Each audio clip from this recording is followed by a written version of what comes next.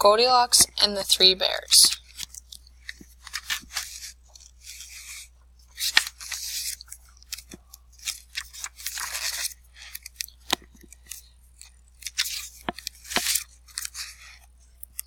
Once upon a time, there were 3 bears who lived together, in a house of their own in a wood.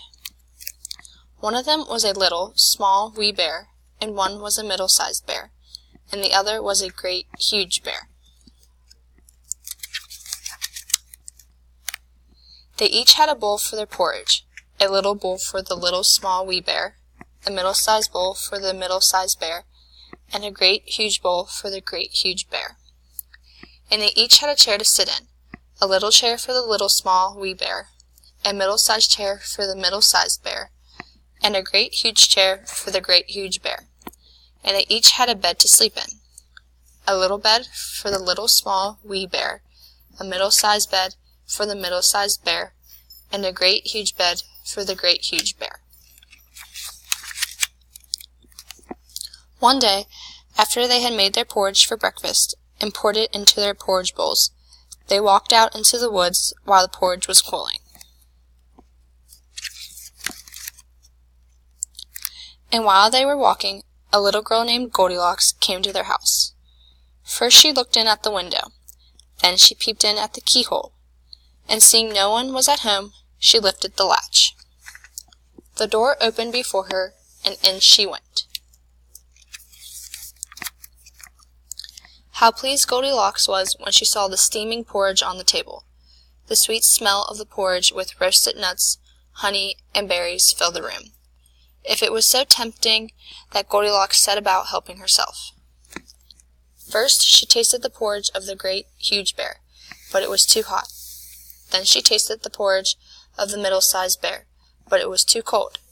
And then she tried the porridge of the little, small, wee bear, and it was neither too hot nor too cold. It was just right. She liked it so much that she ate it all up. Then Goldilocks sat down in the chair of the great, huge bear, but it was too hard for her. Then she sat down in the chair of the middle-sized bear, but it was too soft for her. And then she sat down in the chair of the little, small, wee bear, and this chair was neither too hard nor too soft, but just right. So Goldilocks seated herself in it, and there she sat until the bottom of the chair gave way, and down she came, plump, upon the floor. Then Goldilocks went upstairs to the bedroom in which the 3 bears slept. First she lay down upon the bed of the great, huge bear, but that was too high at the head for her. Next she lay down upon the bed of the middle-sized bear, but that was too high at the foot for her. Then she lay down upon the bed of the little, small, wee bear, and that was neither too high at the head nor foot, but just right. So she covered herself up comfortably and fell fast asleep.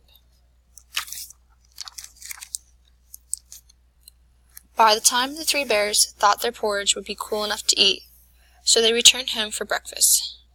Now Goldilocks had left the spoon of the great, huge bear standing in his porridge. "Somebody has been at my porridge," said the great, huge bear in his great, rough, gruff voice.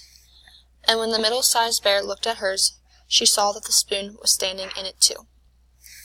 "Somebody has been at my porridge," said the middle-sized bear in her middle voice. Then the little, small, wee bear looked at his bowl, and the spoon was in the porridge bowl, but the porridge was all gone. "Somebody has been at my porridge, and has eaten all up," said the little, small, wee bear in his little, small, wee voice. Upon this, the 3 bears, seeing that someone had entered their house and eaten up little, small, wee bear's breakfast, began to look about them. Now Goldilocks had not put the hard cushion straight when she rose from the chair of the great, huge bear. "Somebody has been sitting in my chair," said the great, huge bear in his great, rough, gruff voice. And Goldilocks had crumbled the soft cushion of the middle-sized bear. "Somebody has been sitting in my chair," said the middle-sized bear in her middle voice. And you know what Goldilocks had done to the 3rd chair? "Somebody has been sitting in my chair, and has sat the bottom right out of it," said the little, small, wee bear in his little, small, wee voice. Then the bears thought it necessary that they should make a further search, so they went upstairs to their bedroom. Now Goldilocks had pulled the pillow of the great, huge bear out of its place. "Somebody has been lying in my bed," said the great, huge bear in his great, rough, gruff voice. And Goldilocks had pulled the cover of the middle-sized bear out of its place. "Somebody has been lying in my bed," said the middle-sized bear in her middle voice. And then the little small wee bear came to look at his bed. There was Goldilocks sleeping peacefully, her long shiny braids spread across her pillow. Little small wee bear just stared at her for a moment and didn't say anything. But then he cried, "Somebody has been lying in my bed, and here she is." Goldilocks had heard in her sleep the great, rough, gruff voice of the great, huge bear, and the middle voice of the middle-sized bear. But it was only as if she had heard someone speaking in a dream.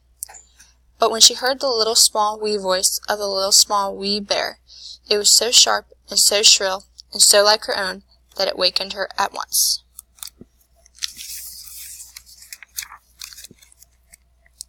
Up she started, and when she saw the three bears, no one side of the bed, she tumbled herself off the other and ran to the window. Out Goldilocks jumped and ran away as fast as she could run, not looking behind her until she was very far away. And what happened to Goldilocks afterwards, no one can tell, but the three bears never saw anything more of her.